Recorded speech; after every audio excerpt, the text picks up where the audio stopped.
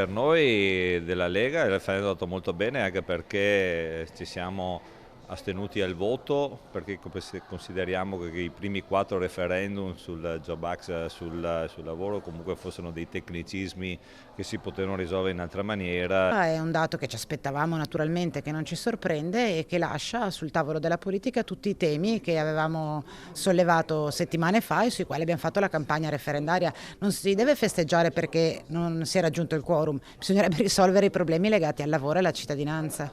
Pur archiviato il mancato raggiungimento del quorum, le coalizioni che si fronteggiano in Consiglio regionale continuano a scontrarsi non solo nel merito dei 5 quesiti su lavoro e cittadinanza, ma anche sulla frequenza dell'uso del referendum e sulle modalità con cui dovrebbe funzionare. Ormai l'istituto referendario dovrebbe essere utilizzato con parsimonia e in qualche maniera cercando di valorizzarlo, non utilizzarlo ad ogni piè sospinto, perché poi il risultato è che la gente non va a votare e quindi perde valore. Bisogna arrivare alla situazione che c'è in Svizzera, dove chi decide è chi va a votare, non chi resta a casa. Avevamo una grande possibilità di lavorare sulla sicurezza del lavoro, sui diritti dei lavoratori, ma soprattutto di rivedere un concetto di cittadinanza sempre più urgente, e l'abbiamo sprecata. Se togliessimo il quorum, vorrei vedere poi chi va al mare o chi decide di non votare. Intanto Lega e Fratelli d'Italia sottolineano come il quesito che chiedeva la riduzione da 10 a 5 anni per l'ottenimento della cittadinanza abbia ricevuto una percentuale di no, seppur minoritaria, molto più alta rispetto agli altri referendum.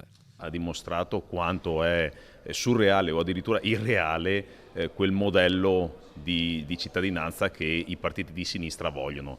Noi riteniamo che la cittadinanza debba essere non un premio così regalato, ma una cosa conquistata. Io credo che però quello che parte da questo referendum sia una proposta invece per stringere le maglie delle concessioni di cittadinanza. Ad esempio mettendo una norma che chi dopo aver avuto la cittadinanza commette reati contro il patrimonio, contro la persona, possa anche perdere questo diritto. Di diverso parere Elena Ostanel, che guarda il bicchiere mezzo pieno di chi alle urne c'è andato. Viene chiesto da tantissime persone che sono andate a votare di fare un passo indietro, cioè di dare un lavoro più sicuro e di dare finalmente la possibilità a chi è nato in Italia di avere un percorso per la cittadinanza, e anche chi arriva in Italia e vuole la cittadinanza, molto meno ad ostacoli. Ecco, il pensiero va a tutte le persone che sono andate a votare. Da qui bisogna ripartire.